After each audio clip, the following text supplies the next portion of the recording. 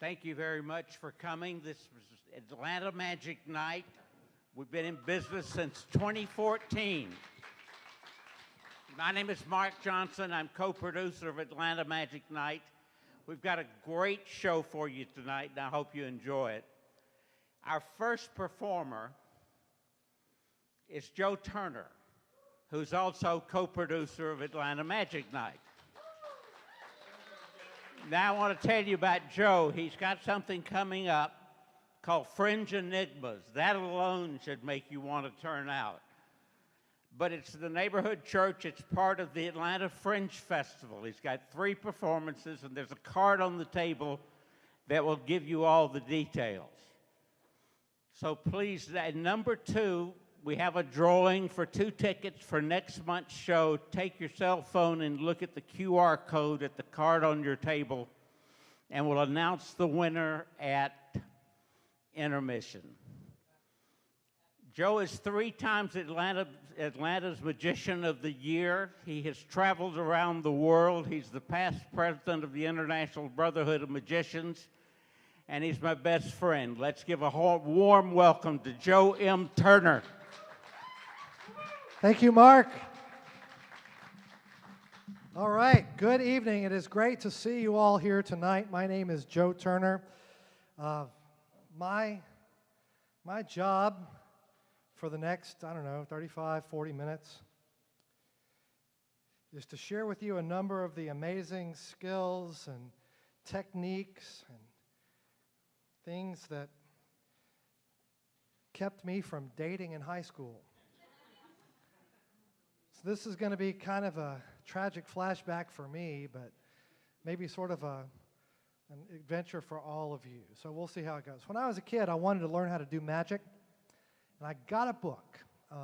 Actually, I got a couple of books, but one of the first real books I got described to me that in order to do quality magic, I had to develop digital dexterity. And I've been working on that my whole life. Piano, I was playing the piano earlier. It's transferable skill. And this book said you should go get a coin from your dad's change or your mom's purse or whatever it is. Go get a quarter. Now, this isn't a quarter. For those of you already judging me, Keith, I'm not calling names, but your initials are Keith. And this is a silver dollar, which is larger than a quarter and harder to work with, but I'm larger than I was when I was 5. So proportionately, it's about the same. And the book said you should put it on the back of your hand and just try to open and close your fist without dropping the coin. And so I worked on that, and then the book said you're getting balance when you do that. And then you put it on the first finger, and then try to lift up just the second finger, grab the edge, flip it vertical, and let it flop over on that knuckle. And then do it with the next finger and the next finger. And the book said if you did this, a little bit every day, 5 or 10 minutes, then over time it would get smoother and faster and faster and smoother. And the book said that if you did this long enough, people would clap.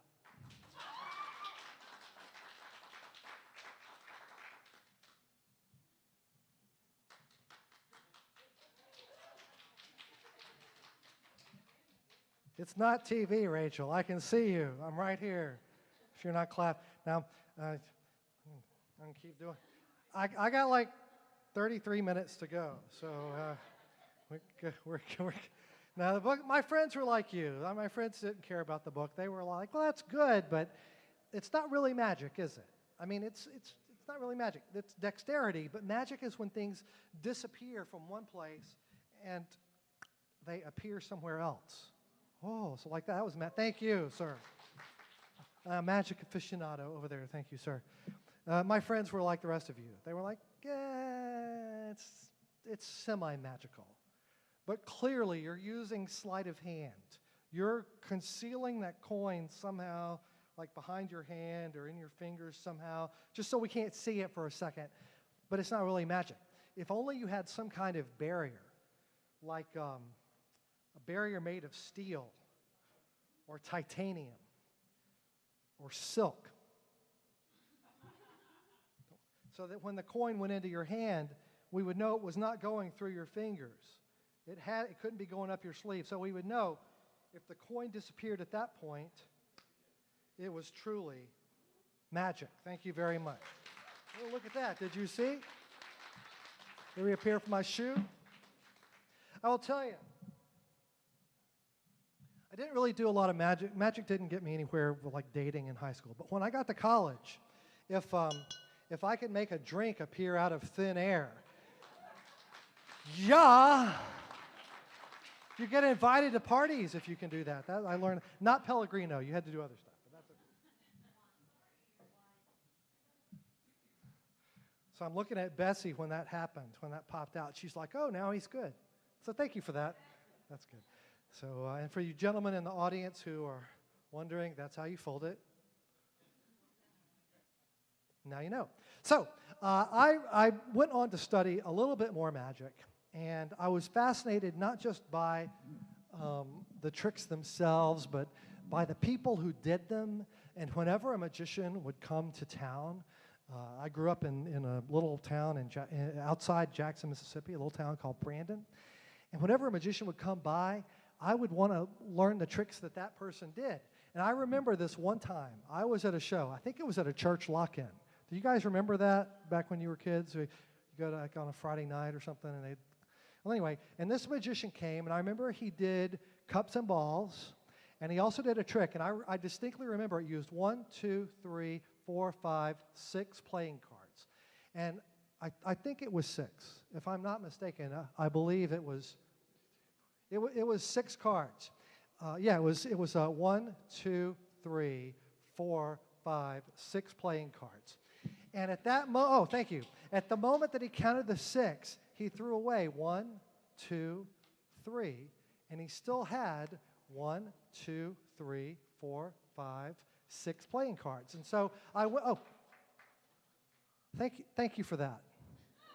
That sort of tepid moment of awkward applause. That was great. No, I'm not taking it personally. We're all just trying to get through life together. We're gonna get there. It's gonna be fine. I went to a magic shop and asked if he knew the trick with the 6 cards and you threw away 3 and you still had 6 cards. And he said, absolutely not. We do have a trick where you have 1, 2, 3 cards and you throw away 1, 2, 3, 4, 5, 6 cards, and you snap your fingers and you've still got 1, 2, 3 cards. But a trick where, oh, thank you. Oh, wait, you're Mark. Oh, thank you. But a trick where you've got 1, 2, 3, 4, 5, 6 cards, and you throw away 1, 2, 3, and you still have 1, 2, 3, 4, 5, 6 cards. Can't be done. So nobody does that trick anyway. All right. Well, as I said, I didn't just like the tricks themselves, which I got to clean this up before our next act because this is a hazard, as you will certainly understand when you see what he does. But I was enamored not just by the tricks and not just by the people. Well, this is going to be awkward.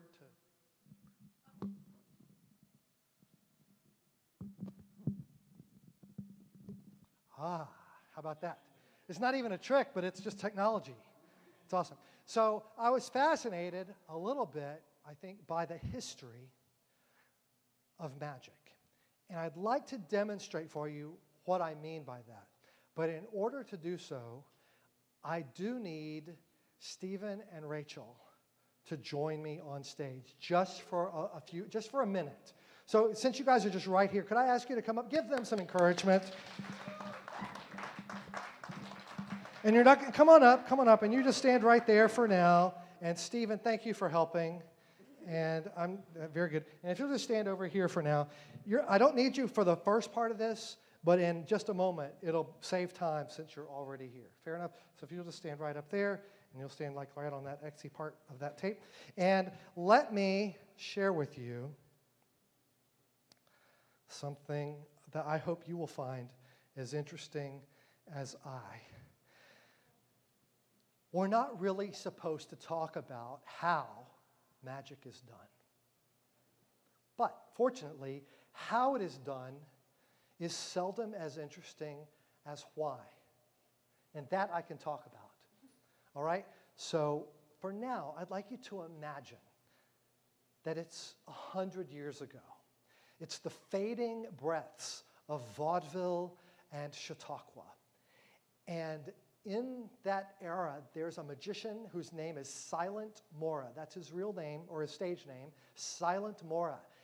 And he's developing an illusion that uses 3 little balls. It's based on something invented by Asian fishermen who used pearls or marbles.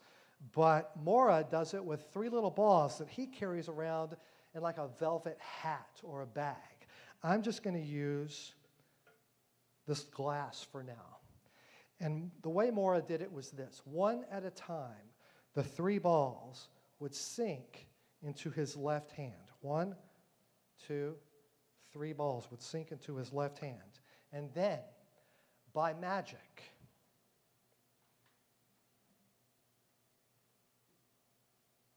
one at a time, the balls would travel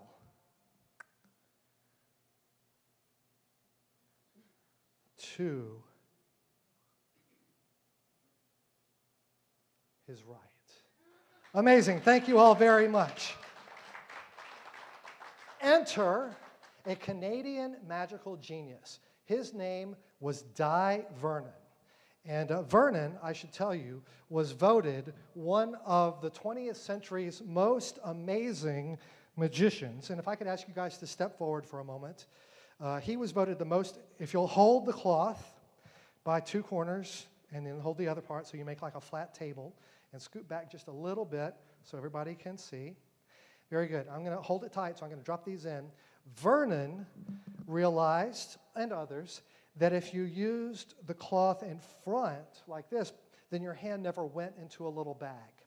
It was always in view. And so one at a time, the 3 balls would sink into Vernon's left hand. And then, by magic, one would travel, and the second would travel, and there he stopped. Because Vernon also realized that at this point, many people wondered if the 3rd ball was even in play. I assure you that it is, but since we're here, maybe we should play a little guessing game, all right? Out there in the audience, which hand do you suppose it's in? Now, I said I'd make it easy, so I'll make it real easy. But even Vernon could make the 3rd ball travel. Thank you very much. Now, Vernon had a friend. He was a short and kind of squat and very sesquipedalian magician named Charles Miller. And Charlie Miller had a different way of doing it. The first 2 balls would go into his hand, and the 3rd he placed in his pocket. Now, it was no surprise to his audience that there were 2 balls in his hand. But when, by magic, the 3rd ball traveled, it was quite an amazing surprise for all of them. Wouldn't you agree? Yeah. Oh, thank you. Miller had a friend named John Thompson. He was a friend and protege. And Johnny did it much the same way as Miller, 2 in the hand and 1 in the pocket. But Johnny always added something a little extra.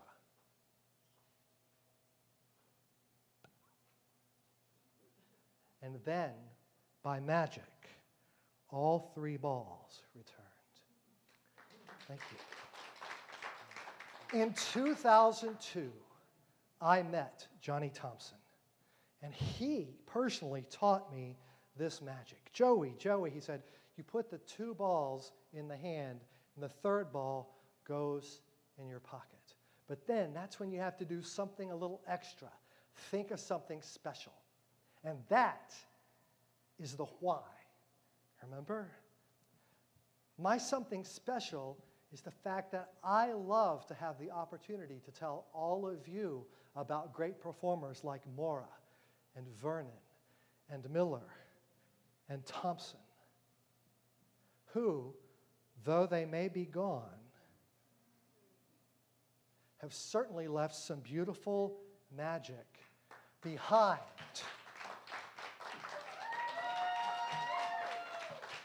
Hey, give my assistants a big round of applause as they go back to their seat. Thank you very much. What you've seen so far is what we in the business, I guess, would classify as a certain kind of magic called conjuring. It's sleight of hand, it's visual, it's manipulation, and it's the ability to do things when you're not looking and things like that. There's another kind of illusion art. It's a separate category. It's a different kind of experience. Instead of this idea of things appearing and disappearing, it's more of a psychological adventure. So this is what we call mentalism, and it's the idea of, well, what if we really could read someone's mind? Now, I don't believe in mind reading for real. I want you to know that right up front. I struggle to believe in that, but I do believe in strong theater. So I'd like to try to create the experience of mind reading for you, but in order to do it, I have to warm up. I have to get there. So I'm going to have to warm my brain up. So I want you to warm your brains up too. Everyone in the room, please think of a 2-digit number, just a random 2-digit number. I'm going to ask some of you to name your number out loud. And it can be any 2-digit number. However, if someone names a number that's close to yours, like within 5 or so, let's stretch it out so we kind of cover the range. Because I don't want to have them all in the 20s or all, you know what I mean? So let's go to, we have people that came in. What about lady in under the spotlight? What's your name? No, in the back spotlight. Katie, what's your 2-digit number? 18. Is there a reason that you said 18? Just totally random? Just legal to vote. That's it, voting it. Very good. And that brings me to Nick. What's your 2-digit number? 39. 39. How old I look? Maybe? Maybe? No? Jack Benny, 39. It's the year my dad was born, 39. That brings me to, it was Cindy. What's your 2-digit number? Can't drive it? Can't drive 55? Is that the song? You just thought of it? That's how old you think I look. That's why. That's very good. 55, double nickel. And how about who have I not talked to? Tracy, what's your 2-digit number? 76. The spirit of 76. So get your calculators out, everybody, just to check my math. 18 and 39 is the same as 17 and 40, which is 57. 57 and 55 is 112. And 6 is 118, and 70 is 188. So I think that's correct. But if you've got your calculator out, you can verify that as a team, you've created a random number. Anybody made a different decision, we'd be at a different place already.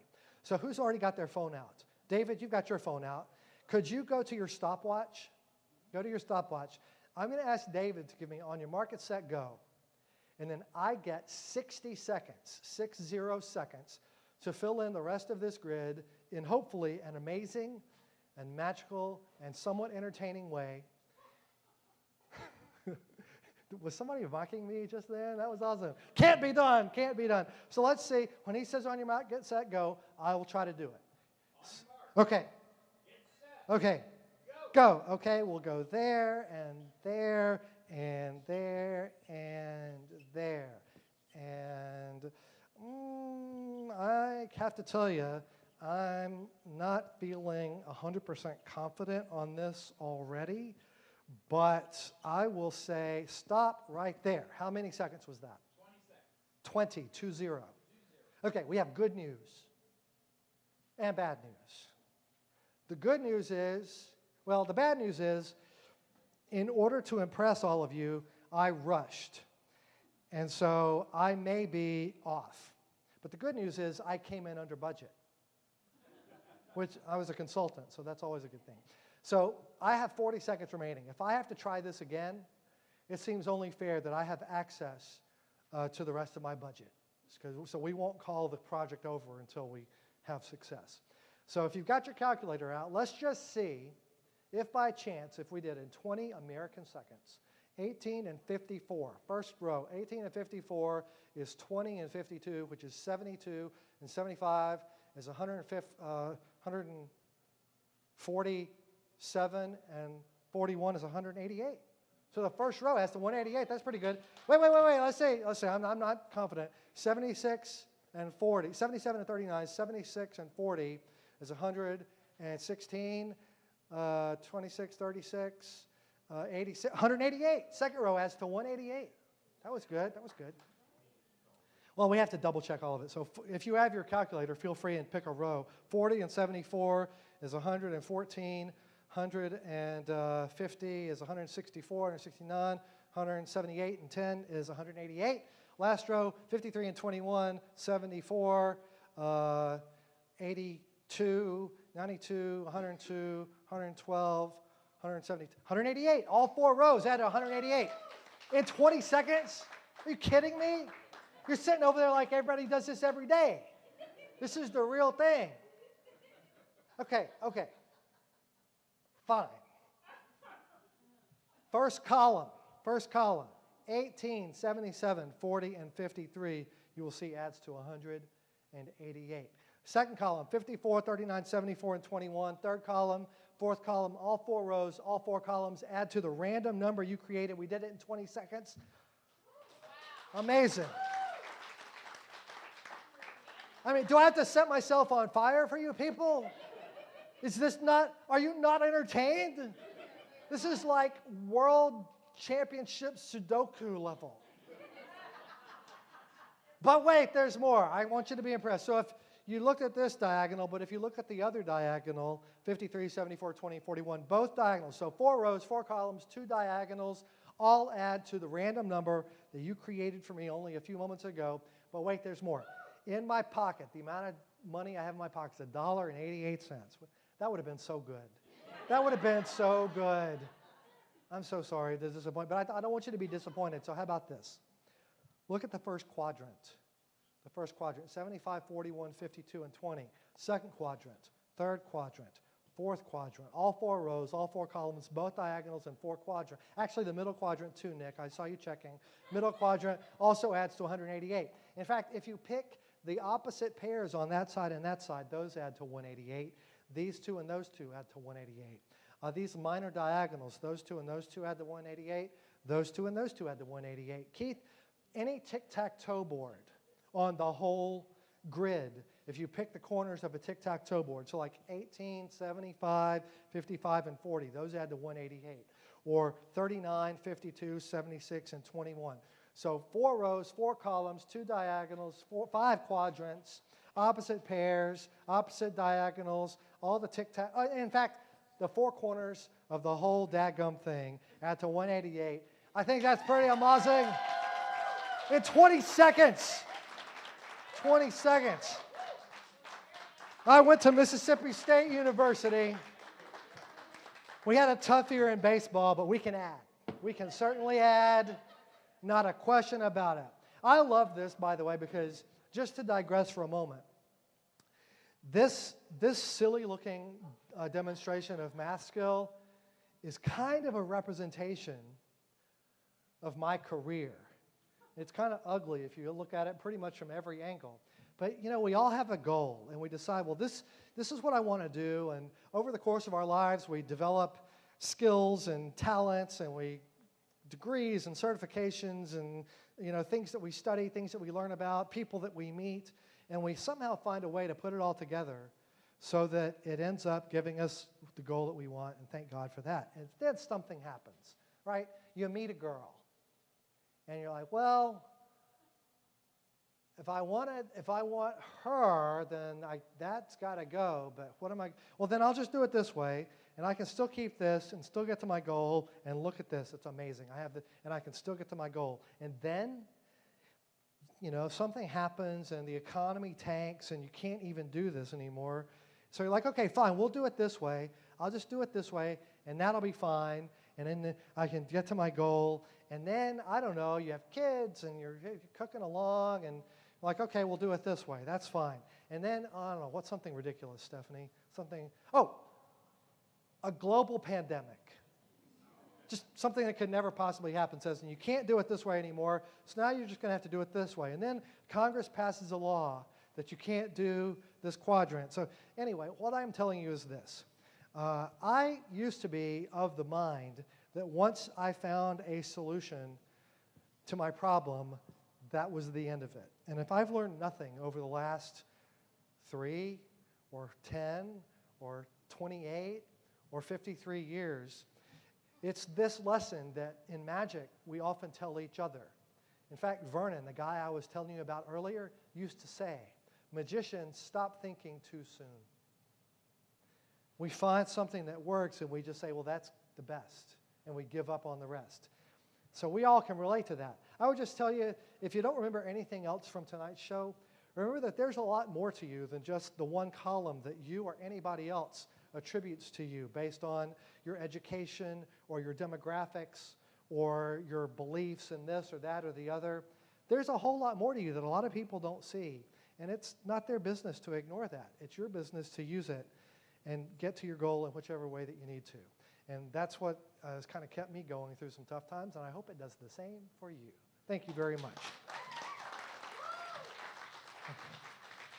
Now I've got my brain cranked up, so we're going to add a level of difficulty. So we're going to ratchet it up. About 14 years ago now, I was invited to speak to a conference of the IHG. In those days, it was IHG, Intercontinental Hotel Group. They were having a big conference up in Toronto. They said, we'd love for you to come be part of it, but we're having it because we won some awards, J.D. Power and Associate Awards, for customer loyalty program. If any of you are in the Priority Club for Holiday Inn, that's it.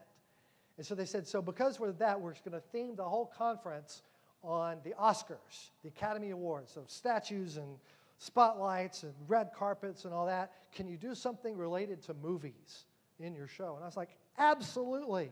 For just a small extra fee, I'll be happy to customize something for you. And then they said, well, in addition to that, it's in the month of October, so we're going to do, could you do something scary? So I said, like scary movies. They were like, that's what we want, scary movies. So I went to Barnes & Noble, because in those days you would go physically to the actual bookstore, and I went and looked for books that had been made into scary movies. First one I found, Dracula, the original granddaddy of all the vampire novels, back, for those of you under like, I don't know, 35 years old, before vampires were teen romance, they used to be very scary. Nobody had any idea about garlic and crucifixes and all that. So Dracula. I was looking for Fatal Attraction. Who's seen Fatal Attraction? With Glenn Close and that rabbit? It was horrible. And they're making a mini-series, aren't they? I think I saw they're making a mini-series out of it. But anyway, I couldn't find the book. Maybe it was never a book. I don't know. I found Fatal Sin, a Lifetime Network television movie. It was made. It's one of the Steel families of the romance thriller crap. I mean, airport fiction. And the basic plot. This sixth novel, it's a tale of lust, greed, and murder with a popular interest in the occult and New Age sciences. Appearances aren't what they seem in the hills of New England, blah, blah. She loved him. He did her wrong. She killed him and lived happily ever after. And that's the basic plot of every movie that was ever on Lifetime. So there you go, that's it. And then the last book was the scariest book I could find in the whole bookstore, a book on budgeting. Oh, it's making me have shivers and chill bumps already. So we're going to come out here and we're going to ask, how about Elizabeth? Elizabeth, we got 3 books here. Please reach out and grab one. Just take any one. She's going, I'm not judging you for taking that one at all. That is fine. We'll do another one. We'll do another one. Someone else pick one. How about, I haven't done anything with Robin. Robin, you take one. Budgeting, really? That's the one you want? I guess Tracy or Heather. Heather, I talked to you. Heather, that leaves you with Dracula. Dracul. Vlad Dracula. So let's just see. I'm going to riffle through here, and I just want you to say stop anywhere along the way. Stop. Look at the first word on the page. Don't say it out loud. I'm going to step far away so I can't even see. You got it? Think it. Don't say it. Just in your head. No, just here. Say stop anyway. Can you do this? Did she say it out loud? Don't. Okay. No talking. Say stop anywhere. Look at the first word on the page. Don't say it. Got it? Got it? Yes. Okay, very good. She's thinking of a random word. And my job, my task, my mission, if I choose to accept it, is to try to get an idea of the word that you're thinking of. Now, just out of curiosity, do you remember the first word? You remember both. So what was the first word? Pleased. So you were happy about something. But this word isn't, the word you're thinking of now doesn't relate to like an emotional state, really, but it could be a description of a person. You could describe that a person, does it relate to a person's age somewhat? Does it relate to a person's age? I feel like, I can't tell if they're old or young, but it's like, it relates to like an extreme on one end or the other. I'm old, is it like, are they an old person? What was the actual word? Ancient. So I got old. So I think that's dead on. That's really good. Very good. So those of you who have the other books, I'm not going to come back down. I just want you to open your book randomly to any page, Elizabeth and Robin, and move your finger up and down and stop anywhere on the book that you like, on the page, and look at your fingertip and give yourself like, I don't know, 1.5 inch radius. So you have like a nice circle of words to choose from. And I want you to pick a nice long one, multisyllabic, something impressive, a nice long word, 8, 9 letters, but something you know what it means and you can remember it in your head. Once you've done that, close the book, and if you'll pass them to the front row, and Cindy and Stephanie will gather them. And I don't think I could be any fairer than that. Really, they've just chosen random words from unrelated, but it might be something about romance, it might be something about finance or corporate la-di-da, but we'll just see. So I'm going to see if I can get one of these. I'm not positive, but like I said, I don't really believe in mind reading. This is just theater. I'm going to try to create the theatrical. So this is Robin. That's Robin's word. And this is Elizabeth's word. So in your mind, think of the word. Imagine you see it on a white screen in all capital letters. Letter by letter, you're filling it in across the screen. And in your mind's eye, you see it. Don't say it out loud, but think of those letters forward, then work your way back until that first one. The first one is the one you're focusing on. Thank you. I'll go with that. And honestly, Elizabeth, I'm not as positive about yours. I feel better about Robin's than I do about yours. We'll see. Robin, what was your first letter? Say it. The first letter. A? That is, what was your first letter? Of the first word, the first letter of the word. Okay, I was way off because I had an N for her word, for her first.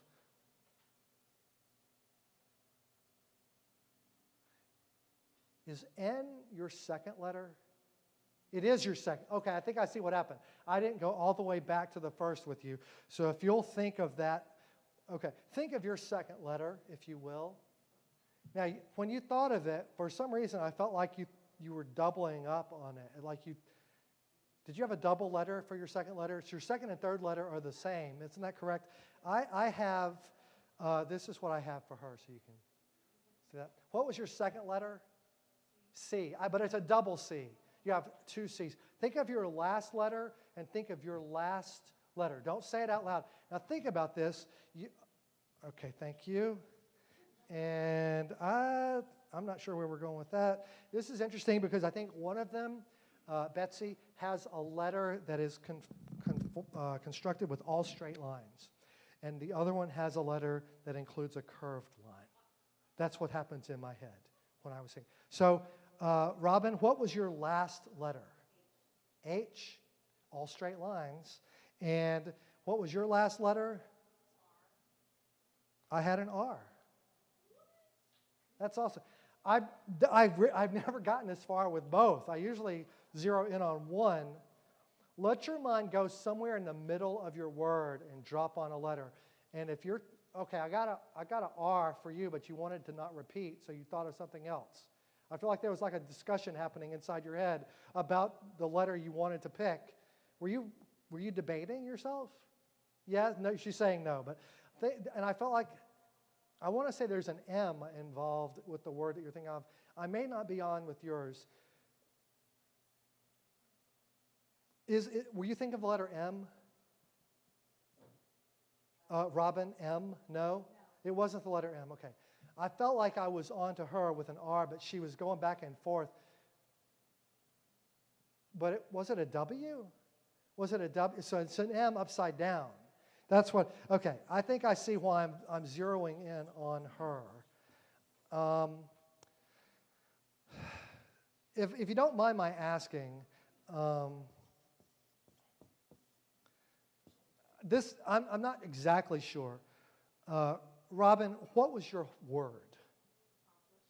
Accomplish. So there was an M, but you just didn't think of it. But you thought of a W. What was your word? Easy to picture. I hope you're not visualizing that right now. I told you before, I don't really believe in mind reading, but I do believe in strong theater. And that's why the words that I wrote down were accomplish and underwear. And I think that's a pretty good result.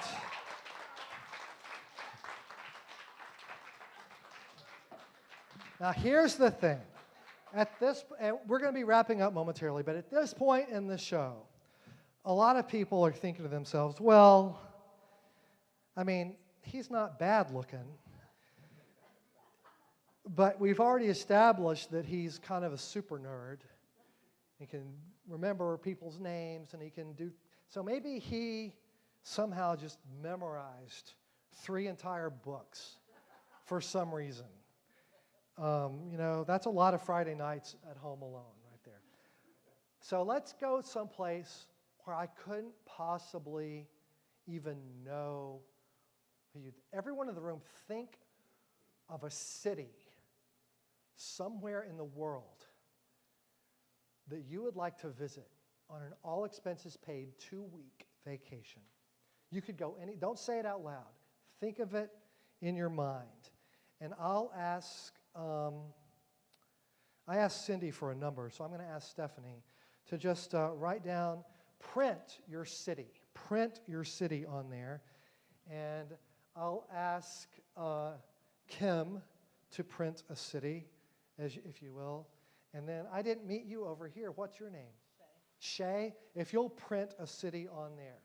So I've got 3 people who are thinking of random cities. Could be in the United States, could be international, anywhere in the world. They're thinking of a city.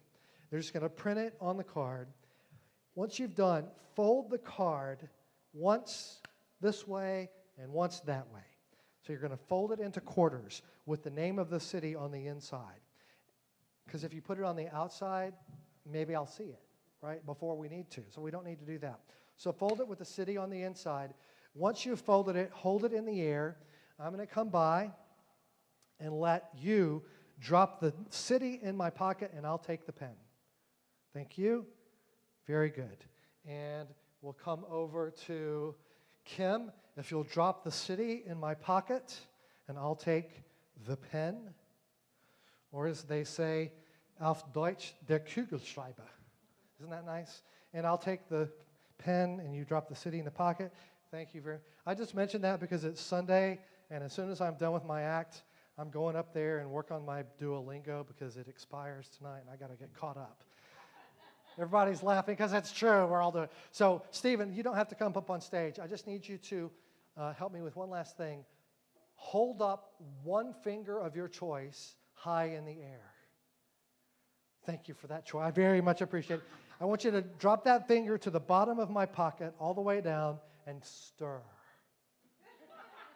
And now, even if I had been paying attention to, you can stop now. You could, if I had been paying attention to who's, like if she put her card toward the front and she put her card in the back, maybe I would know whose was whose by the position. But now they're in a different position. So here's the idea. I'm going to try to identify which city belongs to which person using lie detection. So I'm going to, where are my city people? Here, here, and there. I'm going to ask you all the name of this city. and you are all going to say no. I'll say, was this your city? And you will all say no. No matter how I say it, no matter how I phrase it, you will respond no. Do you understand the rules? Thank you very much for playing. That was a trick question. So the first city is Santorini. Santorini. So we are going to be going to Greece in this adventure, and I'm going to ask these three people if they chose Santorini, and they will all say no. And I will see if I can detect who the liar is. So down front it was, Steph, did you choose Santorini? And Kim, did you choose Santorini? Shay, did you choose Santorini?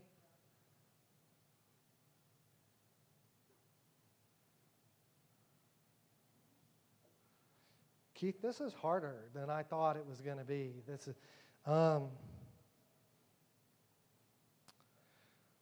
Stephanie, did you choose Santorini? Kim, Santorini? Shay, Santorini? Shay, Santorini? Shay, did you choose Santorini? Shay, are you absolutely positive that you did not choose Santorini? You know how I can tell you're telling the truth? Because Stephanie is the liar. She chose Santorini. Raise your hand if you chose Santorini. This is now out of the rules. Go ahead and take it. That's it. So let's take the next one. No, they're all the same. That I was showing them before. And let's see who we've got. That we've got two left. I'll tell you what. I won't even look at this. If you'll open it up, so I can't see how anything is written on there. And you'll just tell me the city. And don't say it yet, but he's going to tell me the city. Those of you who are mathematically inclined have noticed that my odds have improved. It's now 50-50. So but I still have to get it right because it's show business, right? So he's going to say the city. I'm going to ask them both if they chose the city, and we'll see if I can tell who's lying, because they're both going to say no. So Stephen, what's the city? Los Angeles. So I'm going to ask them both if they chose Los Angeles, and they're both going to say no. So Kim, did you choose Los Angeles? And Shay, did you choose Los Angeles? And Kim, did you choose Los Angeles? And Shay, did you choose? You're giving it away. I'm sorry. Go give it to Shay. She chose Los Angeles. You can hand that to her. She did great. Come on up and get it if that's your city. It is your city. Very good. So that means there's one more. Obviously, I know this one belongs to Kim. So Kim, if I could ask you to come up, give her a round of applause. Well, I don't even know what that was about. But come on up, and please watch your step as you come up onto the stage. Welcome to show business, Kim. There you go. Now, so you folded it up, you put it in my pocket. I'm going to let you take it out and hold it in your clenched fist. So I don't see any part of it. I just want you to hold it above your head. So obviously I know it's yours, but you're going to think of this city. You're just going to picture it in your mind, and I'm going to try to get a sense of the city itself, the city that she is thinking of. And now we had one that was domestic and we had one that was international. And so the first thing I can tell is this is sort of a hybrid. This is a hybrid. This is an international city, but not terribly far. This is not one of like the most distant. This is not going to Perth. We're not going to Perth or Sydney or Auckland or anything way down there. This is something that is international, but it's relatively far from here as the continent of North America goes. It is a Canadian city, and it is toward the west. And if you are thinking of the city that I say, please put your hand down if you're thinking of Vancouver. Very good. Very well done. Watch your step as you go back, and I wish all of you good luck in winning a free trip to the city of your choice. All right. Well, I think we have time for one more experiment, and this will be my closer for the evening. In order to do it, I need to borrow something from someone in the audience, and that would be a finger ring. So if you've got a wedding ring, an engagement ring, a divorce ring, a promise ring, a virtue... No. I got someone up here. Who's got a ring? Who's got a ring? Someone up front? Shay, oh, you want to play again? Shay, thank you very much. Let's take a look at this real quick. Ooh, this is nice. Ooh, it's nicer because once I got in the light, it started shining and shimmering. This is a beautiful ring. Look at that. Look at that. I just want to point out, I got a room full of people who saw you give this to me before I said what I was going to do with it. So I want you to take one last look for now. For now, Kim, relax. I said for now. So I'm going to come back over here so I can see in the light. Ooh, that is. I don't even know. So the first question. Was there a stone in the ring? I think you're correct. I'm just kidding, by the way. I've got it on my finger. I'm not going to drop it. But that's kind of a trick question because there's many. There's multiple stones. Can I ask you, how many are there? You're not sure. Well, then, when you get it back, there will be an extra. Just because I feel I'm in a generous mood. This is a very thick ring. Is the setting gold, silver, white gold? I can't really tell because I can't really see. White gold, platinum, titanium. Could be multiple metals. Which is it? I don't even know what that is. I mean, after pewter, I'm done. Let's see. Is it? Are there any engravings on the inside? No? I'm not even sure I can do it with this. This is heavy. Can I ask you how heavy this? Do you know? What's the size of this ring? It feels about like a quarter in my hand. It feels a little heavier than a quarter. Do you have a smaller one? Do you have a smaller ring? Could I try? Let me see this. I promise to be careful. I'm fully insured. What is your name? I'm going to get there. Mm-hmm. What is your name? It's Alicia. Alicia. Is it S-H-A or CIA? CIA. May I borrow your ring? CIA.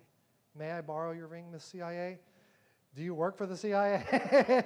All right. Very good. So this is now you've had this ring a while.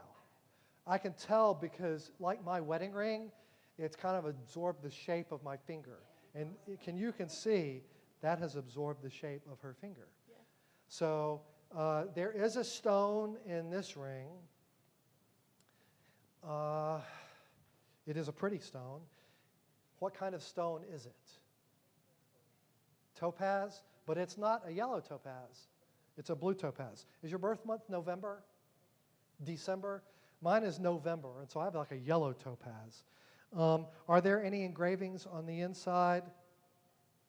What does it say? No?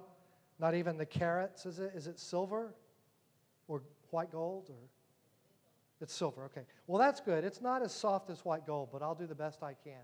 So, Keith, stand where you are.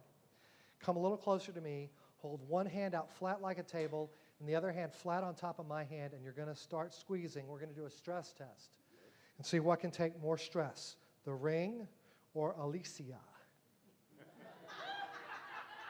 So go ahead and start squeezing, and if you'll move your top hand and my hand, ring completely vanishes. Give them all a big round of applause.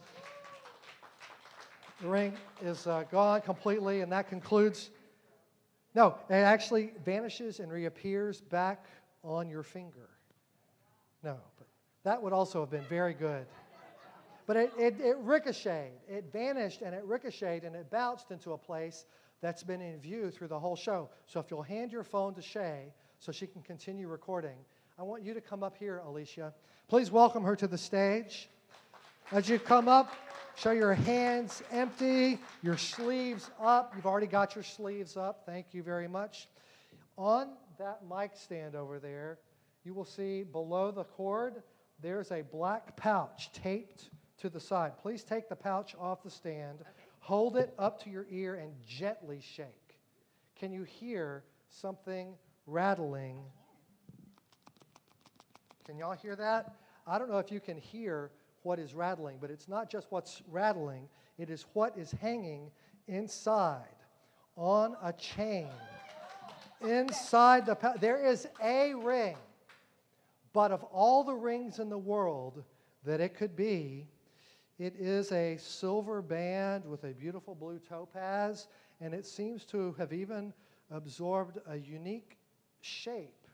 Is that the ring that you would like to take back into your possession right now, Alicia?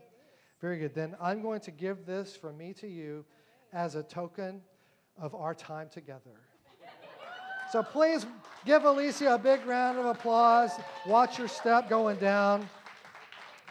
Just a little reminder, sometimes things of great value will be found in the places you least expect. So keep looking, keep your eyes open. My name is Joe Turner. Thanks for coming out to the show tonight. Thank you all very much. Let's give a big hand for Joe Turner.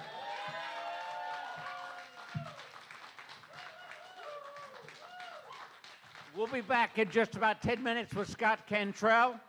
But first, the bar is open, the food is good, the restrooms are located back to the left, and I hope you're enjoying your evening at Atlanta Magic Night. We'll be right back.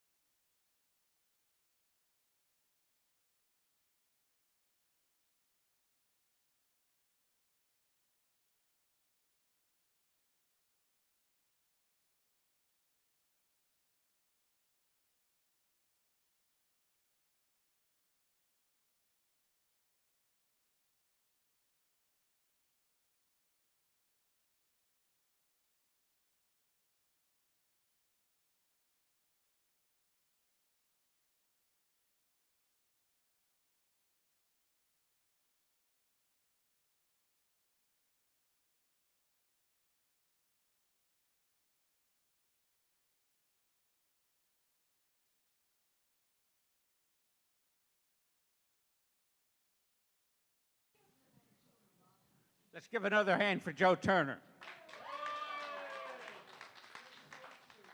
Well, you scanned your QR code, and we have the winner of 2 free tickets to next month's Atlanta Magic Night. It was chosen at random, and it's Heather Rosenheck. We don't have tickets, but you could. They'll tell you how to get them. So congratulations. Next month, Atlanta Magic Night's on what night? June the...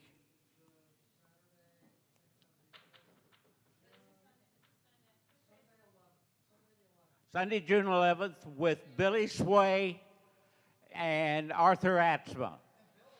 Billy is the current president of the International Brotherhood of Magicians.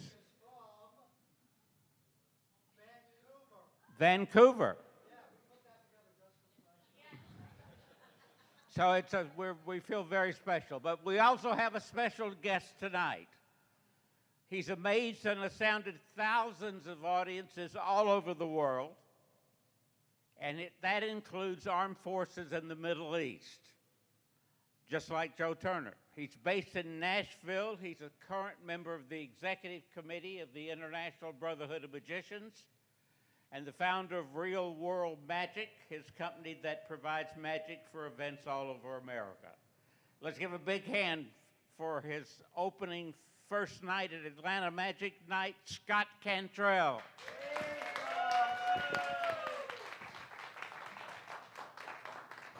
Awesome. How's everyone doing? Good, excellent. My name is Scott. Everybody say hi, Scott. Hello, everyone. Joe, thanks for making it so hard to follow, yeah. They say don't follow kids or animals. I add Joe Turner to that list. That was a fantastic act, my friend. Let's have some fun. Everybody do me a favor. This is interactive. I want to have a lot of fun. Everybody do me a favor. Hold out your arms like this. Very good. Wiggle your fingers. Wiggle, wiggle, wiggle. It's like spirit fingers. Turn your palms out. Keep wiggling. Take your left hand, put it over your right hand. Interlock your fingers. And now give me spirit thumbs. Spirit thumbs. You're having way too much fun with this, sir. That's good. That's good. Keep it going. Keep going. On the count of 3, do what I do, but don't break your arm. Ready? 1, 2, 3. Everybody go like this. 1, 2, 3. Do it. Don't break your arm. Just the interactive part. Everybody go like this. I am a professional magician, so I'll go for the cheap applause every single time. Professional magician, low self-esteem. Clap, clap, clap. Yes, good. Thank you all for playing along. Before we got going, and if you still have slips of paper and you want to put something in the box, the sign up here basically says, take a slip of paper, write what you want the finale of my set to be, fold it up a couple times, put it in the box. If you haven't done that, this is your last chance. I do want to go ahead and hand out this bag. This is the finale bag. I need a lady that I can trust, a lady I can trust. What is your name? Erin. She was smiling at me and everything. Very good. Erin, if you would, you're going to be our finale lady. Just hold on to the bag. Nothing in, nothing out. Okay. Nothing in, nothing out. Very good. Excellent. Thank you. And while I am... Actually, let's do this. I know that when I come up on stage, I've heard this several times, people are looking at me and they say, you remind me of someone. Who do you remind me of? And I've got the answer for you. If you cross Prince Harry with Jason Bateman and order that guy from Wish.com. This is who you get. So glad that you all are here. You know, you've seen some fantastic magic and mentalism so far, but I always like to kind of pull the curtain back with my audience and reveal kind of a secret of a magic trick. Would you guys like to learn how to do a simple magic trick? Yeah. Okay, good. That works out really good because you didn't have much of a choice. I was going to stand up here and teach you anyway. This is done with 2 different color handkerchiefs. I have, what 2 colors? Red and yellow. You nailed that. That was a sobriety test. You got it. Perfect. You do need to go to a secret hiding place because there is a trick to the trick. A secret hiding place like a bathroom or closet, those are good places to hide because people don't usually bother you there. Yeah, I have some stories I could tell you, but that's really for a whole other show. So let's continue, shall we? You want to take the red handkerchief in your closet, your bathroom, somewhere where no one can see what you're doing, and you want to push it down into your non-dominant hand. So in my case, I'm right-handed, so I'm going to push the handkerchief down into my left hand like this. You get it pushed all the way in. You don't want any of it coming out the bottom. That's no good. You don't want any of it coming out the top. You want to make sure that you get that red handkerchief pushed all the way in so the audience doesn't even know you have it. Remember, you're doing this in a secret hiding place. Push all the red one in. Once you get it pushed all the way in, double check. Make sure you can't see it coming out the bottom or the top. That looks pretty good. Step in front of your audience and start to wave the other handkerchief up and down over here. quickly explaining that you're a magician who's about to do a trick. Otherwise, this looks ridiculous. The reason for waving the yellow one around over here is to get everybody to look over here. Because if somebody looks over here, this looks kind of suspicious. This is called misdirection. What's it called? Misdirection. We don't want them looking over there. Someone in the audience might yell out, "What's in the hand?" You guys are great. Excellent. I'll pay you later. That was good. If that happens, you're going to have to do some kind of major magic to get that red handkerchief to vanish, and that's practically impossible to do. Thank you for that, but save it. I have a weak finish. All right? Yeah, good. We'll get there together. Now what you want to do is take some of the yellow, push it down the top of your left hand, pull out some of that red one out the bottom. That's where it's been the entire time. There's my go-to girl right there. Yes, excellent. Pushing some more of the yellow into the top, pull out more of the red at the bottom. Now once you get to this point, you do want to be careful about one thing. You never, ever want to do this. Get done with all the red before you're done with all the yellow. Then everyone else knows how the trick works. See, to the audience, it looks like we're magically changing the yellow into the red. That's why the name of this trick is the mystery of the magical color changing handkerchief trick. Sorry, normally when I say that, the mystery of the magical color changing handkerchief trick. Yeah. You guys have seen the show before. Yeah. The audience goes, ooh, and then they immediately go, ah. Let's try it. The mystery of the magical color changing handkerchief trick. Very, very good. So, in order to make the illusion work, you have to get all that yellow one pushed in, this like the red one. Then you can pull your red one out, and there you have it. You've changed the color of the yellow one magically into red. Of course, I know what you're thinking. What's in the hand? If you thought it was hard to make a red one vanish, you got to see ours to make a yellow one vanish, just like so. Now, I did say I would explain how the trick works. I said I would teach it to you. So if you're wondering where the handkerchiefs have been when they vanish, they've been very carefully hidden inside the center of the other handkerchief. Right here in the very center is where I've been keeping the yellow in the entire time. I can tell by the looks in your faces you're not buying a word of that. So I'll snap my fingers and show you the yellow one coming out of the very center of the red one, just like magic. So there's one that you guys can do if you're at a party or a social event. Just get a couple handkerchiefs. You got it down. The mystery of the magical color-changing handkerchief trick. I want to get some folks involved. We're going to use my phone for this. And what is your name? Stephanie. Nice to meet you, Stephanie. I'm going to give you this card. And if you would take that pen, and that's going to be important in a second. Stephanie, I want you, right now, you don't have to say it out loud. I want you to think of any two-digit number, but don't say it out loud. If I need to figure out what it is, I'll ask Joe, because he'll know. I'm going to get some random numbers from everybody. I got my calculator here. Sir, if you would stand up and just type in any, let's do a three-digit number. Actually, no, let's make it a four-digit number. Maybe a four-digit number that might be important to you. Last four of a favorite credit card. Last four of your social. You know what? Let's just go for your PIN number. If you type in your PIN, no, any four-digit number you would like. And then if you hit the multiplies button there. Perfect. Very, very good. We'll come out here. What is your name? Rachel. If you would type in any three-digit number. Sorry. And hit. Okay. You got a three-digit number? Oh, you want a four-digit number? You know what? We can do whatever you want. He said four. Oh, did I say four? I'm sorry. Hit. He said four because it's 10 and the last four of his credit card. Yeah, he said three for you. You know what? The goal of this was to create a random number. I think we're succeeding. That's all. That's all I'm saying. Go ahead and hit plus since we had such a big number. That's good. Did you hit it? That's good. You got it. All right. Very good. Excellent. And what is your name, sir?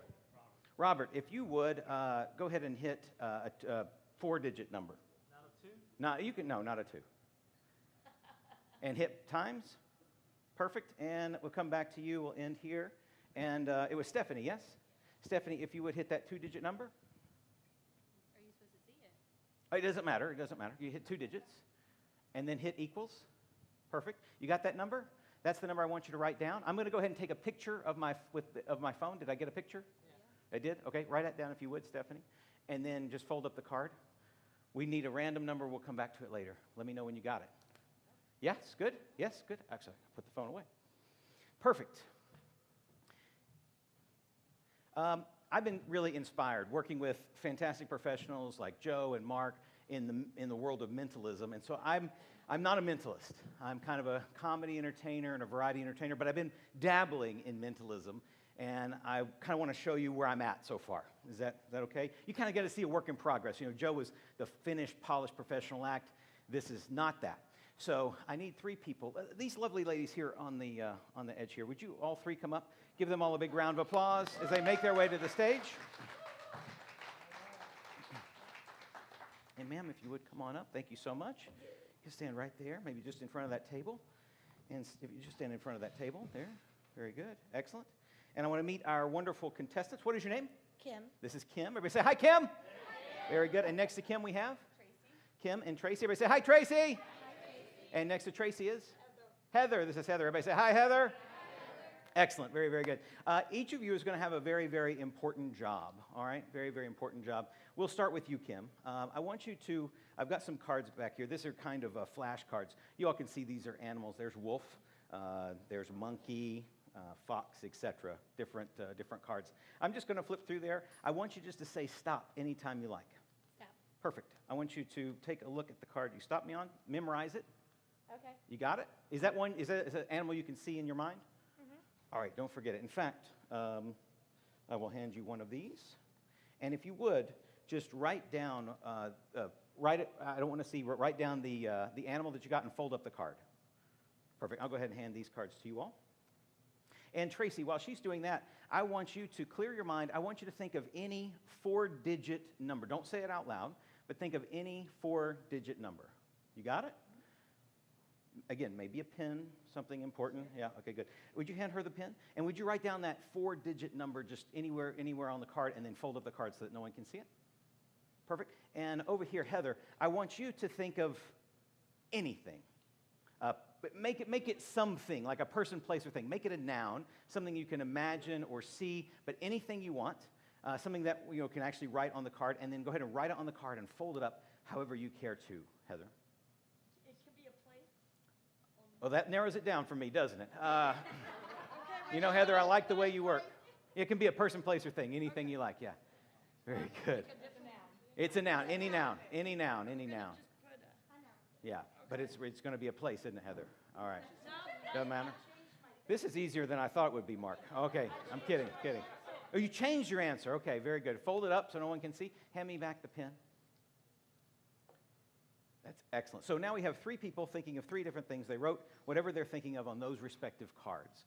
We'll just kind of begin here in the middle, kind of warm up. We will start with Heather, the number. Now, back here behind me, I'm sorry, Tracy. This mentalism stuff, I can't even do names. Tracy, we're going to start with you. You had the number, yes? Yes. I have different predictions. We'll start with prediction 1, then prediction 2, then prediction 3. Would you hold those for me, Kim, just for now? And prediction 1, I wrote down a number earlier, specifically a 4-digit number. Now, I don't know exactly how many 4-digit numbers there are, something like 9,000 or so 4-digit possibilities. And before I go any further, it is important, the 3 of us, we might have said hello before the show, but we didn't meet and plan anything before the show, correct? In fact, before tonight, we've never met before. Yeah, you don't have to seem so excited about that. That's right. I have one piece of paper in here. Tracy, yes, well, let me just clear your mind, think about the number. Let's see if I can get it.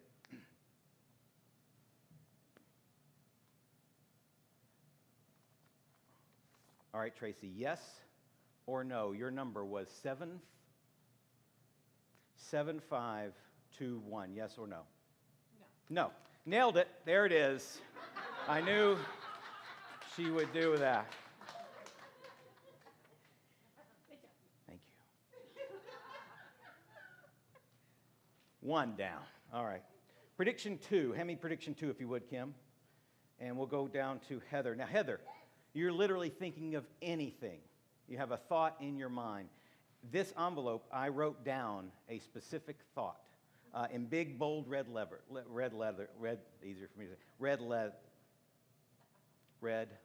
yes, on this piece of paper. Would it amaze you, Heather, if I wrote down your thought right here on this piece of paper before the show even started? It would be amazing. It would be amazing. Ladies and gentlemen, there it is. Your thought, Heather. Nailed it. You got it. So impressive. I told you I should have gone first, Joe. I told you. All right, that's 2 down. All right, Kim, this is getting tougher. There is a 4th prediction. Would you hold on to that, Tracy? Sure. I have 3. We've only asked 3 questions, so there'll be a 4th one coming. I've drawn And you had an animal, right? And this is an animal you can clearly see in your mind. It's not like something weird. Okay, good. It's a real animal in real life. I've drawn an animal on this piece of paper in here, and we're going to see how close it matches. I'm not even going to let her see the illustration as of yet. All right. Kim, on the count of 3, I want you to say the animal out loud. Ready? 1, 2, 3. Swan. You said what? A swan? Yes, swan. It's a swan. Really? You couldn't have got some animal with 4 legs and a tail? You had to. It would have worked. It would have worked. That's a dog. That could be a zebra, a tiger. It could be. Maybe if we look at it sideways, it could be a swan.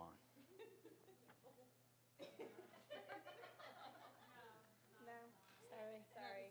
This mentalism stuff is tough. All right. Now there is a fourth prediction. A fourth prediction. We actually are going to open that. The number of the thought thing is one thing, but I did have one item in here just for you, Kim. It's a swan. Give Kim a nice big round of applause. Thank you guys so much for coming to help out. I'll help you back down. Very good. You're good. Excellent. Thank you. It's a work in progress, everyone. It's a work in progress. I want to perform one of my favorite pieces of magic, but I am going to need a volunteer to help me out. I want to get a gentleman up here who hasn't really had a starring role this evening, but he's been looking at me ever since I stepped out here. This gentleman right here. Yes, come on up. Give him a big round of applause. And if you would, sir, have a seat in the chair of honor there. Okay. And what is your name, my friend? Nick. This is Nick. Everybody say, hi, Nick. Hi, Nick, wave. Say hello, audience. Hello, audience. Very, very good. Excellent. So if you see Nick out somewhere, you can say hello, audience. They'll say, hi, Nick. Yeah. Nick, this is a PG-13 show, so just knees together, all right? That's good. Excellent. That's good. Just like that. Want to make yourself comfortable? In just a second, something amazing is going to happen. You've seen Joe read minds. You've seen me do much the same. In just a second, Nick, you're going to have a thought in your mind. That's not the amazing part. The amazing part is that you're going to send that thought to each and every person here tonight. Nick, do you believe it's possible? I do. What about you guys? Yeah, all right, very good. Nick, we're going to use a special device to help you send the thoughts. This device is called the mental radar. Sorry, just like the color-changing handkerchief. Mental radar, ooh, ah. The mental radar, ooh, ah. Nick, it comes in, remember though. Yep, there you go, good, excellent. It comes in 3 pieces. The first piece is called the MRFH, the Mental Radar Foundation Helmet. And it looks just like this. Yeah. So, Nick, I think you know what to do with that. If you would, go ahead and put it on. I'll let you do the chin strap. Hopefully it'll go. Yeah, there you go. This helmet collects all the thoughts from Nick's head up into the helmet. The problem is we don't have a way to push the thoughts from your head up into the helmet yet. That's where the second piece of the mental radar comes in, the MREG, the Mental Radar Energy Generator. Ooh. And that looks just like this. It's very scientific, everyone. Nick, I want you to hold on to the handle with one hand, the crank with the other hand. Don't crank it yet. We could experience a time warp paradox. We just don't want that this evening. Handle with one, crank with the other. Don't actually crank yet. I'll go under your arm. And this plugs into the top of the MRFH, just like so. So now we have a way to generate energy. I hope you got your camera ready. It only gets better from here. Yeah.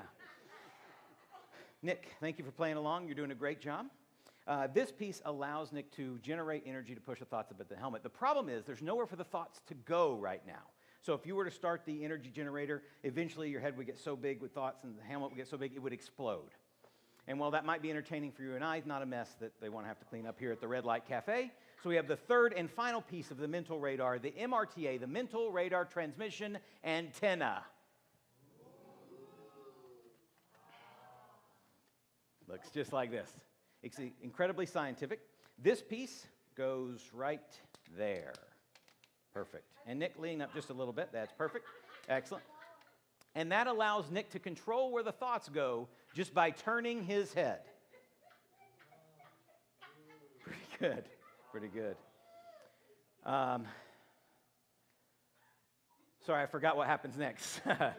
No, it's just no one's ever let me get this far before. That's the thing. Yes, okay, you've got the mental radar. We have to give Nick a crash course on how to use the mental radar. So leave your hands in your lap just like that. That's good. You're doing great on the knees thing. That's good. In just a second, you're going to go from rest position, which is where you currently are, Nick. You're currently in rest position. You're going to go from rest position to ready. From rest position to ready, just like a jockey on a horse. Are you ready? Very good. Rest, ready. Yeah, that was good, but I want you to lean a little bit forward, get more into it, all right?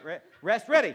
But these still have to stay. Yeah, there's a lot. You got to lean up and forward, but you got to look out at them, head up. There you go. Out there, knees together. Good. That is ready position. Now, in just a second, when I say go, Nick, you're going to start to crank in a nice fluid motion. So go ahead and go.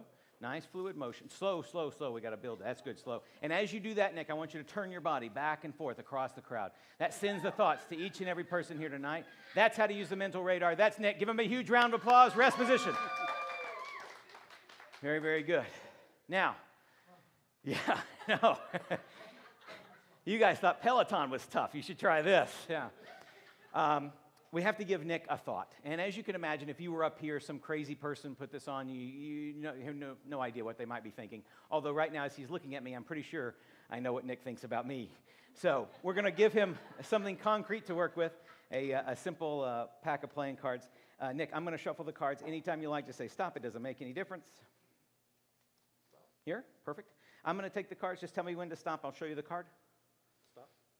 Take a look. Memorize it. Okay. Got it? Memorize it? Yes? Good. Excellent. That is the thought he's going to send to all of you. One piece of information at a time. A card has three characteristics: the color, the suit, and the value.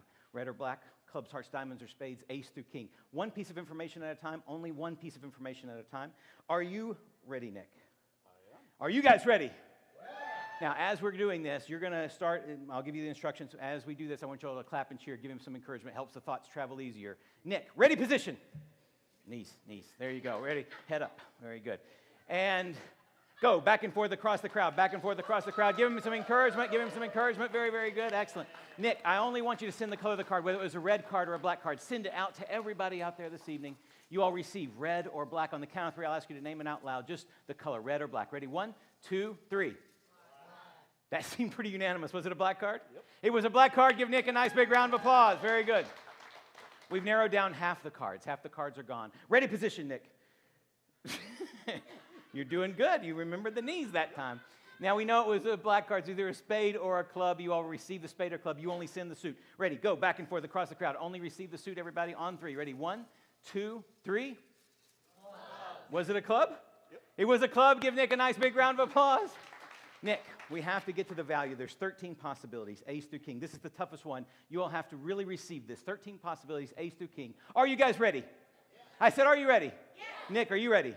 Yeah. Ready position. And go back and forth across the crowd. Let's hear it for Nick. He's doing a great job back and forth across the crowd. On the count of 3, you guys receive the number. Ready? 1, 2, 3. 4. Was it the 4 clubs, Nick? Yep. It was the 4 clubs. Give Nick a nice big round of applause.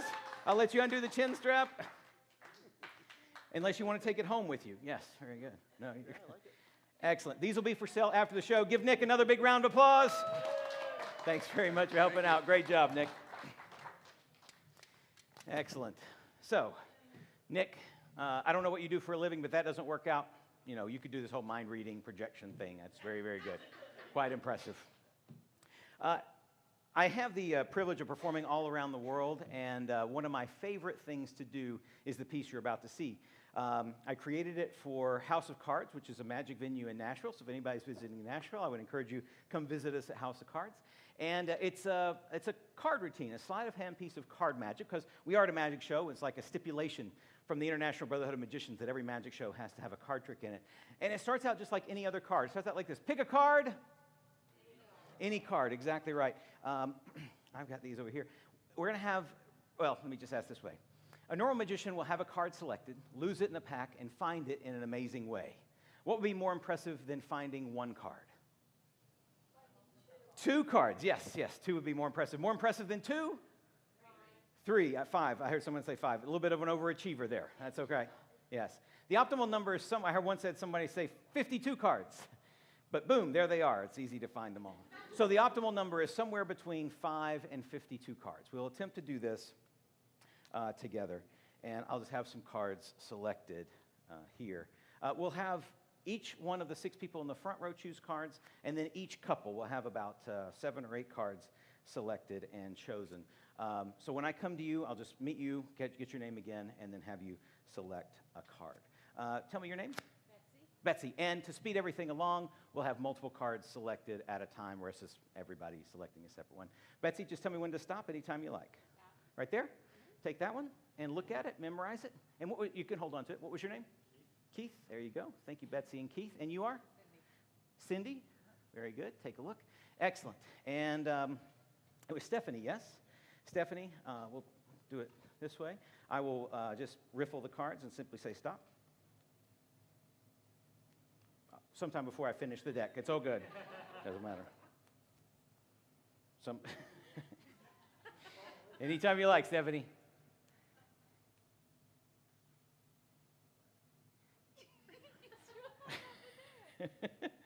Anyone you like. Tell me when. We'll do it this way. Stop. Right there? Take a look.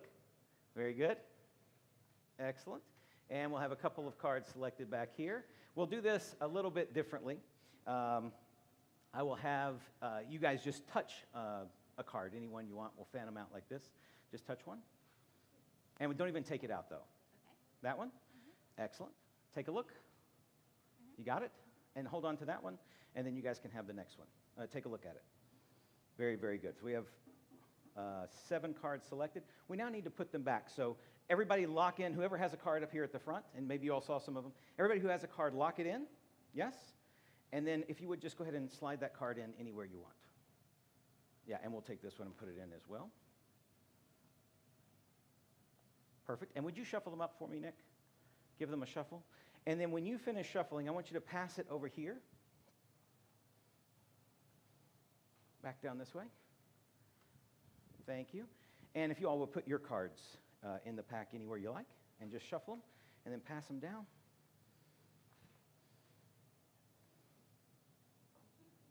You guys really don't trust me, do you? That's all right. That's all right. Very, very good. Excellent.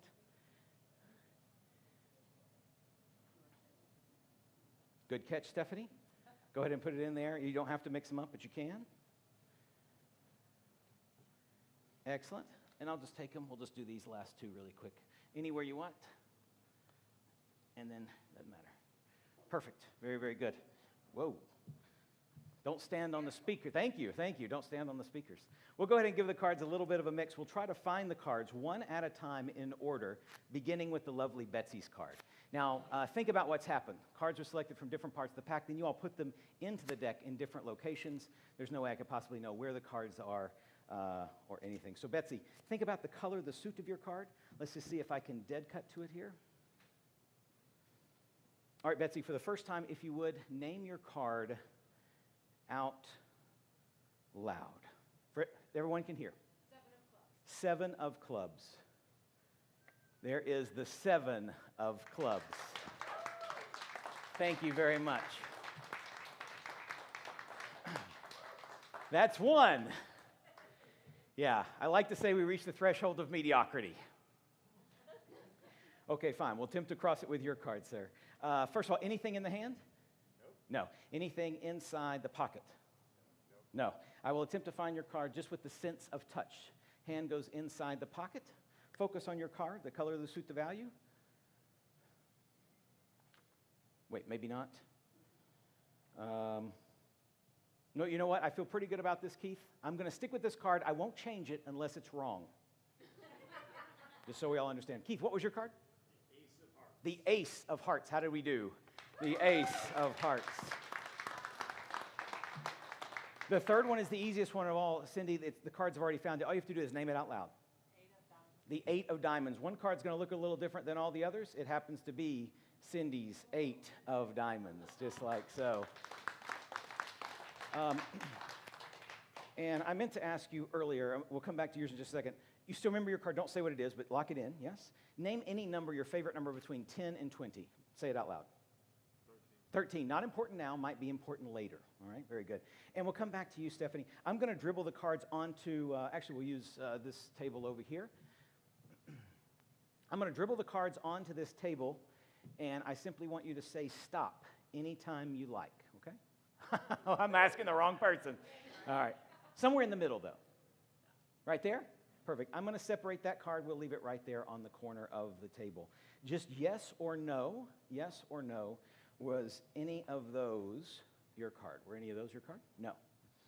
Don't worry, we're not going to go through them all. Any of those? No? The next one? No, don't worry about it. And I'm going to guess none of those. Yes. I know, I'm moving kind of fast. It was in there? Shh, don't tell anybody. Here's the thing. We're going to try to find your card in an amazing way. But you stopped me on this card. So if you saw your card, this could not have been it. What was your card? The 4 of spades. Okay, that happens sometimes. Actually, you know what? The 4 might have been in here, but with just snap, we can actually get the 4 to jump into the pocket. There's the 4 of spades. Thank you, very good. We are going to skip your card just for a second, but by feel out of the middle of the pack, I'm going to cut a certain number of cards, leave those there. We'll come back to them in just a moment. We're doing pretty good finding one card at a time, but let's see if we can find multiple cards at the exact same time. So with the two, this couple, and remind me your name again? Rachel. If you all would name your card on the count of 3, let me give them a quick cut. Just name the cards on the count of 3. I'll try to find them both at the same time. Ready? 1, 2, 3. Say it louder, sorry. I may have missed one. 3 of diamonds, yes, and 7 of hearts. There's the 3 and the 7. That is all the cards with the exception of one card. You all also chose a card, yes? On the count of 3, just tell me, or anytime you like, tell me when to stop shuffling. Right there. On the count of 3, name your card out loud. 1, 2, 3. One card jumps out of the pack, falls to the floor. You said 3 of? There's the 3 of spades. Excellent. Just like so. You had the 3, right? Yes. And you all had the 7 and the 3, just like that. Give all my volunteers a nice big round of applause. Very, very guys. Wanted to show you guys. Excellent. I'll go ahead and pick these up. Thank you much. Perfect. That's my workout for the evening. So besides doing the magic, I also enjoy performing another art, and I'll share that with you momentarily. But first, it's time to go back to something that we worked on a few minutes ago. Just as the show was starting, I came out into the audience, and I asked you all to type in some numbers into the calculator, and we came up with a random number. You typed in 4. You typed in 4. I wanted to create a random number, and you helped us do that. Raise your hand if you typed in a number. You don't need to say what the numbers were. We'll keep that a secret, Keith, just between you and me. Very good. Excellent. And we came up with a new number, and Stephanie, you wrote that number down. Is that correct? If you would, go ahead and undo that number. Don't say anything about it. In this prediction envelope where I had the swan, I have one other piece of paper. You might be able to see it in the light there. It's folded up just because I don't need it any other way. Stephanie, I want you to read one number at a time. We're going to check my prediction here in this envelope. Ready? Go ahead. Read one at a time. 7. There's a 7. 1. 8. 4. 1. 3. 7. 3.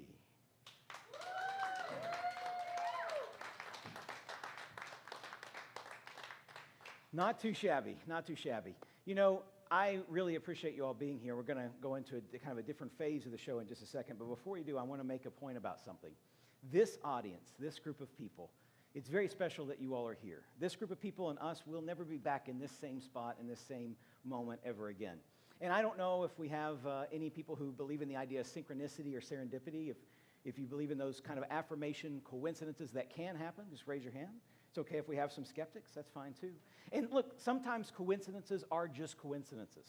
Random things happen that seem coincidental. But I think there can be affirmations in our life that affirm we're exactly where we're supposed to be in a particular place, in a particular moment of time with a particular group of people. And maybe, just maybe, this is one of those moments. Because a few minutes ago, you all selected some numbers. And you, sir, you selected a number in particular. And it's a number that's been here on the table the entire time, perhaps. I asked you to name a number between 10 and 20, and you said? 13. Ladies and gentlemen, out of the middle of the deck a second ago, I cut a certain number of cards. This is exactly 13-ish cards. We'll see how close I got. Count them out with me. Here we go. 1, 2, 3, 4, 5, 6, 7, 8, 9, 10, 11, 12, 13. If you would, for the first time, I want you to name the card that you selected. Yes. Ace of clubs. That is the ace of clubs. And that is all the cards, just like that. Now, we found all the cards, but I just found them. You all found them first. You all chose those cards. And you had 3 people choose, everybody chose a card, different place. You put them in the deck anywhere you wanted. We found them all right here. Yes, there could be coincidences in life, but we tried to create a moment of serendipity and synchronicity.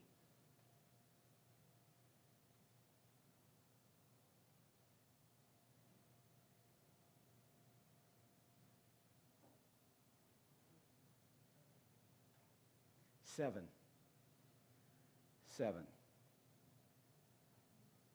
The ace is a 1. An 8. Stephanie, there's your 4. There's the ace right where it should be in 5th position.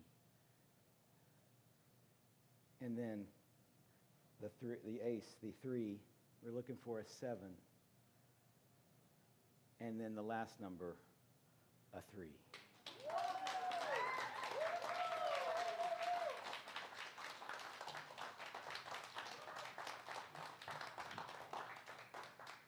Coincidence, perhaps, but I'm so glad we got to share this moment, perhaps, of synchronicity together. Now, besides doing the magic and having a little bit of fun with some mentalism stuff, I also enjoy performing a different art. And they say that an illusionist is someone who makes you see things that are impossible, but a magician is someone who actually does impossible things. And so for the next few minutes, that makes me a juggler. Don't think about it too hard. We're going to start with something pretty simple. 3-ball juggling to get the warm-up going. There are thousands of different ways to juggle 3 balls, thousands of different 3-ball juggling variations.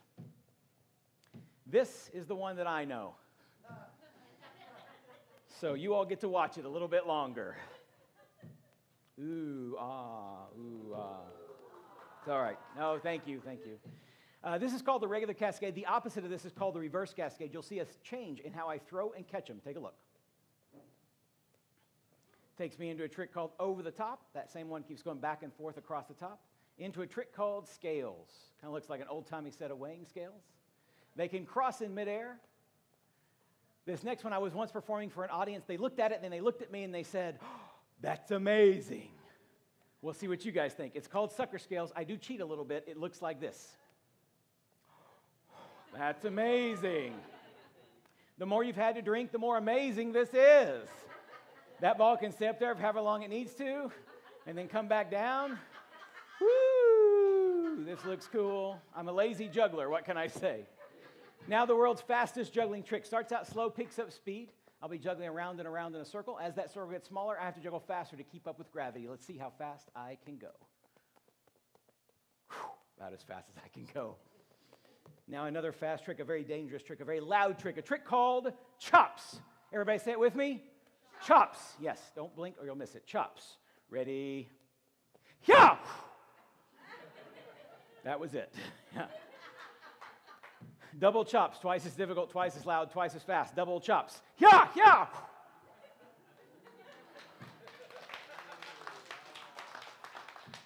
If you like that, you're going to love this. This is called the quiet version. It looks and sounds like this. Listen close. Ready? Yeah. That's the quiet version. Sometimes when I keep it going, people think they see a ball floating in midair. It's not really floating, but it looks like it is. Everyone watch for the floating ball. I'm stuck. And that's Chops with the Balls. Thank you very much. You know what? Under these stage lights with this jacket on, it's getting kind of hot up here. Let me try something for you all. Oh, maybe not.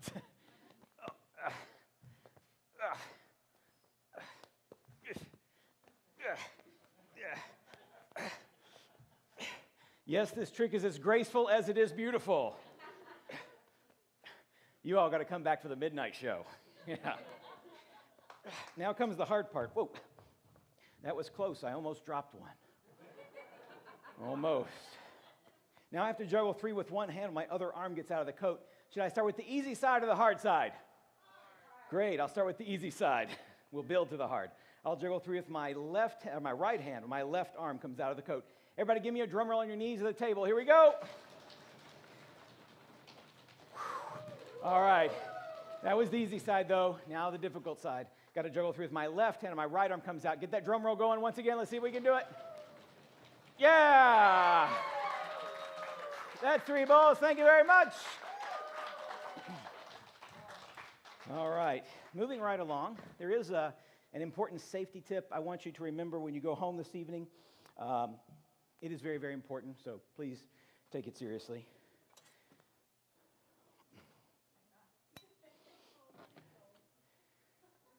These are solid steel knives with really sharp blades. And knives like these should never, ever be juggled. Thank you.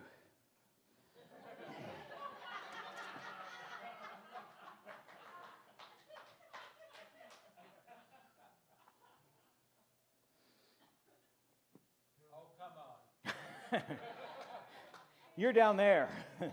Unless, of course, you really want to see them. Yeah.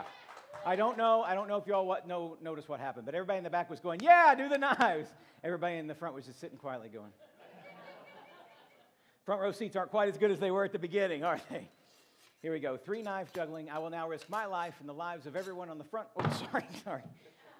Everyone on the front row for everyone else's entertainment pleasure. Give it up for the front row. And Joe, we had them sign the waiver when they came. Yeah, good. Excellent. Very good. 3 knife juggling. Oh, you know what? One quick thing. Sometimes this tie gets in the way. A little game. Short side, long side. Watch close. Bum, bum, bum, bum, bum, bum. Watch. Which one got down first? Long, short. What do you think? Name it. Ah, it was a tie. That's bad. That's really bad. This is what I get to do for a living. Yeah. Gentlemen who wear ties, though, you're going to be telling that tomorrow on Monday. Here we go. 3 knife juggling.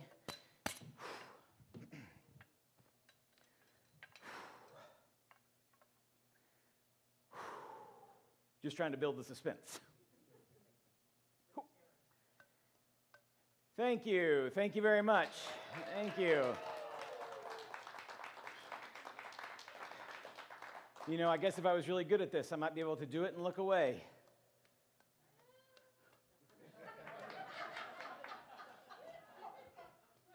If I was good. A couple things I didn't think about before I started.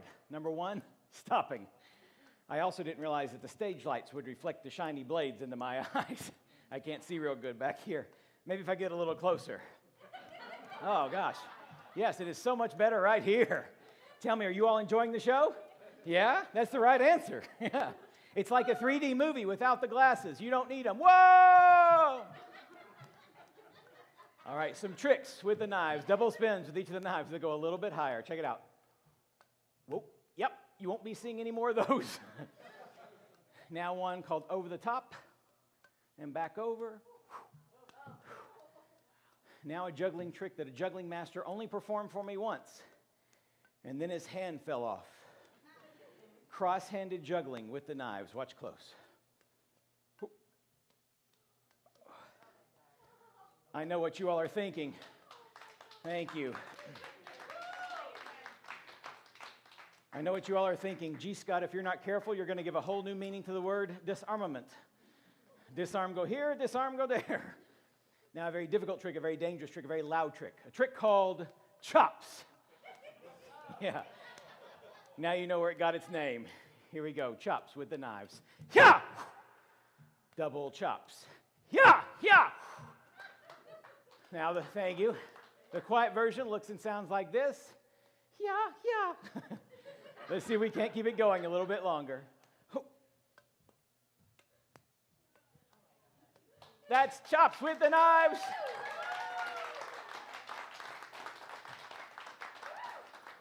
for the finale of 3-knife juggling, under the leg with the knives. Yeah, you're telling me. This trick is known to those who have tried it and failed as under the leg with the knives. Some of you will get that on the way home. All right. Here we go. Under the right leg with the right hand. Wow. Now under the left leg with the right hand. Wow. Now under the right leg with the left hand. Wow. Now under the left leg with the left hand. Everybody say it with me. Wow. Now under both legs with the same.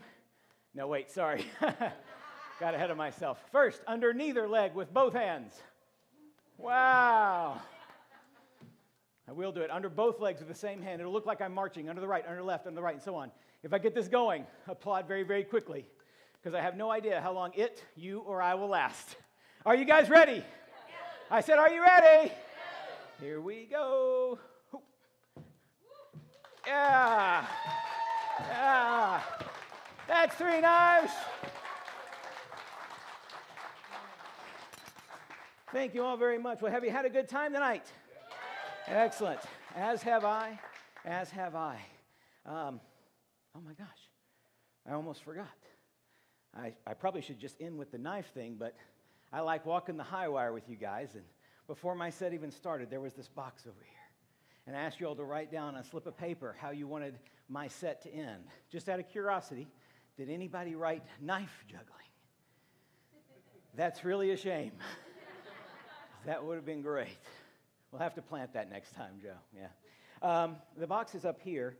Would you come up and help out? Actually, who's my finale person? Give her a big round of applause. I want you to continue to hold on to the bag and come stand up here for me, if you would. And I want to be completely fair about this. This is the box. And I'm going to hand you, you can set that bag right over there on the table. I'm going to hand you the box. You see these tabs on the sides. Those will just flip up. They're Velcroed. And then you can just open the rest of the box. Go ahead and flip those open. And then just lift that tab in the front. And see that black tab? Pull that tab, and that'll open the box so you can get to everything. Yeah, and just reach in, and I just want you to take out maybe a handful of those. A handful of those. Yeah, and just of them here. And keep one. Any one you want. Right? Don't look at it. And let's just take a look. And you can verify what we've got here, okay? I like reading these. I'll read the rest of them after the show. But what does that one say? Levitation. Levitation. I need you to lay down on the floor. No, I'm kidding. That would have been good. Let's see. Here we go. I think I'm reading that right. Read it out loud. Give away $1 million. Give away $1 million. Anybody in for that one? That's not the one she chose, just as a note. That's not the one she chose. You got the one you chose? Yep. We'll dump these over here. It's fine. And we got one more here. That would be a good finale. What does that say? Disappear. Yes, I appreciate that. That would be a good finale. Going to happen sooner or later, whoever wrote this. What did you we're done with the box. What did you get? Just open it up. Well, tell them what. I guess they think of like making an elephant appear or something. I'm going to rip this curtain down. No, I don't know that the venue would support an elephant, at least not the kind that we might be thinking about. Now, you've had that bag the entire time, the one over there? I sure have. Yeah. Elephant. If you would, go ahead and open up the bag, and you see a piece of paper or something inside there? Mm-hmm. I want you to take it out and unfold it slowly. We're looking for something close to an elephant. Show everybody. The elephant. You can keep the bag, keep the picture. Very good. Thank you so much for coming to help out. My pleasure. Well done. So we did kind of make an elephant appear, but the reality was that bag was there the entire time. The elephant didn't really appear, right? The magic was already there. And that's kind of like our lives, right? It may seem like we go through life and we have to deal with the challenges and the disruptions and the global pandemics and whatever else craziness we have to face, but the magic is already there. It's just about our perspective and how we choose to look at things on whether we'll experience the magic, whether we'll feel the magic, whether we'll see the magic or not. The elephant is already there. Earlier, I had some fantastic people come up, and I asked one of them to think of an animal and she thought of a swan. You guys remember the swan, right? But remember, the magic is all around us. The elephant was already there.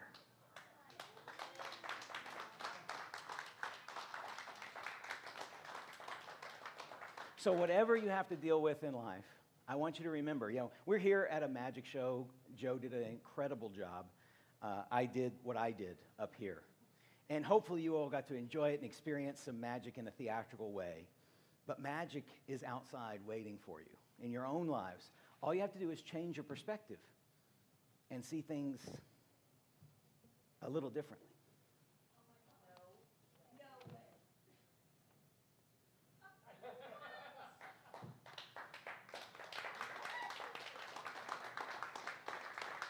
The elephant is already there. Good night. My name is Scott Cantrell. Enjoy the magic in your own lives. Thank you all for coming.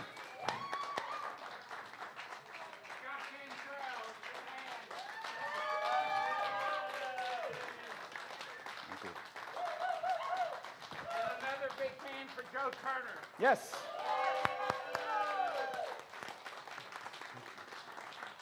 We'll be back next month with Billy Sway and Arthur Atzma. Thank you for being with us tonight. Thank you. Excellent.